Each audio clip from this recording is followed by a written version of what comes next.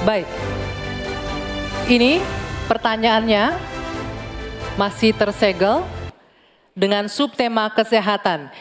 Kita akan membuka dan kami ingatkan kepada calon presiden untuk bisa menyimak baik-baik pertanyaan karena hanya akan dibacakan satu kali. Baik. Pertanyaan untuk calon presiden nomor urut 3, Bapak Ganjar Pranowo. World Population Prospect tahun 2022 menunjukkan angka harapan hidup manusia Indonesia berada di urutan 10 dari 11 negara ASEAN. Salah satu penyebabnya, kebijakan program dan anggaran kesehatan lebih berorientasi pada aspek kuratif daripada promotif dan preventif. Pertanyaannya, bagaimana strategi paslon untuk memprioritaskan anggaran dan program promotif preventif? Silakan waktu Anda 2 menit menjawab, dimulai ketika berbicara. Terima kasih. Kalau tadi dalam pembukaan saya sampaikan mesti preventif dan promotif mesti diwujudkan dalam bentuk kepengetahuan kita terhadap kesehatan minimal untuk kita sendiri. Berolahraga, makan sehat, hidup bersih sehat, saya kira itu yang paling baik. Maka pada tahap berikutnya barulah kemudian kita memberikan fasilitas kesehatan sampai ke desa-desa seperti tadi saya sampaikan, 1 desa, 1 vaskes, 1 nakes. Hanya memang ketika undang-undang sebelumnya mengatur bahwa ada persentase dari anggaran untuk kesehatan mesti diberikan, terpotong kemarin. Rasanya ini mesti dikembalikan. Angka 5-10% menjadi angka yang bisa memastikan dalam politik kesehatan kita, layanan itu akan jauh bisa lebih baik. Namun ingat, kalau kita bicara angka harapan hidup, maka terhadap mereka mesti mendapatkan layanan kesehatan baik, mereka mesti mendapatkan hiburan yang baik, budayawan juga bisa membantu mereka untuk bisa membahagiakan mereka. Maka pada saat itu ternyata ada juga keinginan dari masyarakat, kami juga perlu mendapatkan layanan yang baik. Maka kalau kemudian kami bisa mendapatkan layanan baik, maka kami merasa nyaman, kami senang, dan hidup kami akan lebih panjang.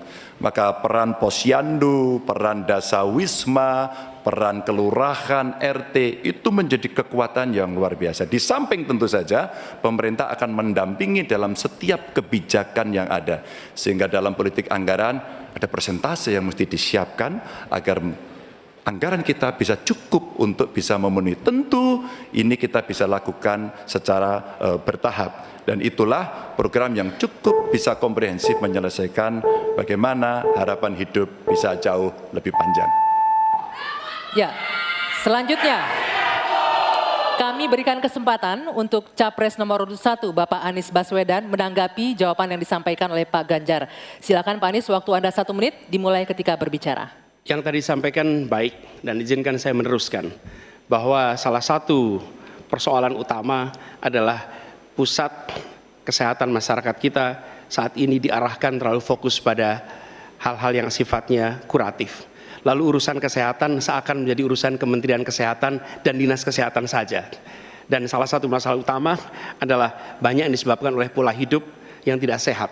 Karena itu kami melihat yang disebut sebagai promotif, preventif, kuratif ini harus seimbang. Jadi kesehatan itu harus lintas sektoral.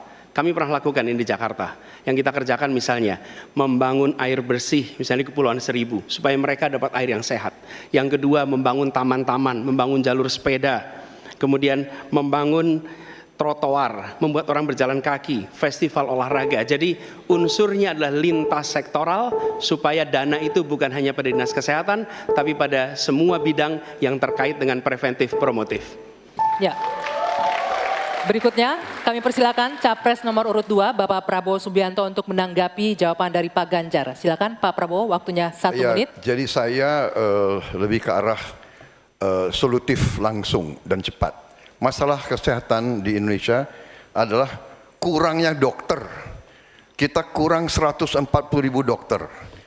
Itu utama.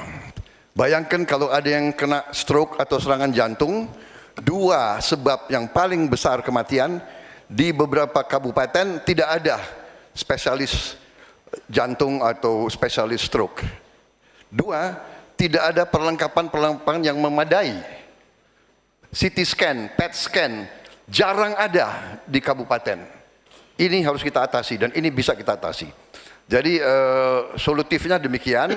Dan yang paling penting dalam preventif adalah makan bergizi untuk anak-anak dan ibu-ibu yang melahirkan.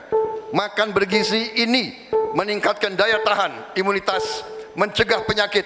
Ini adalah strategis sekali. Makan bergizi untuk anak-anak Indonesia. Ya, Terima kasih. waktunya habis. Ya. Silakan Bapak Ganjar Pranowo menanggapi jawaban tadi. Silakan direspon jawaban tadi dengan waktu 1 menit. Silakan. Ya, terima kasih. One Health, satu kesehatan untuk semua, dan ini mesti dibicarakan ya manusianya, ya kesehatan hewannya. Karena ada zoonosis juga di sana. Maka kalau kita bicara bagaimana secara holistik, maka kesehatan semesta inilah yang mesti kita ciptakan. Saya masih berprinsip pada preventif promotif itu jauh lebih baik. Kalau tidak kita kobol-kobol, biaya kita akan habis untuk menangani orang sakit. Tapi kalau kita bisa mencegah, maka inilah yang akan bisa membuat manusia bisa hidup sehat. Maka sekali lagi, anggaran pendidikan untuk pencegahan, untuk kesehatan itu bisa kembali pada formula awal, dan yang kemudian kita menciptakan ruang-ruang layanan yang jauh lebih baik, apalagi untuk preventif dan promotif yang bisa diberikan oleh pemerintah. Ya,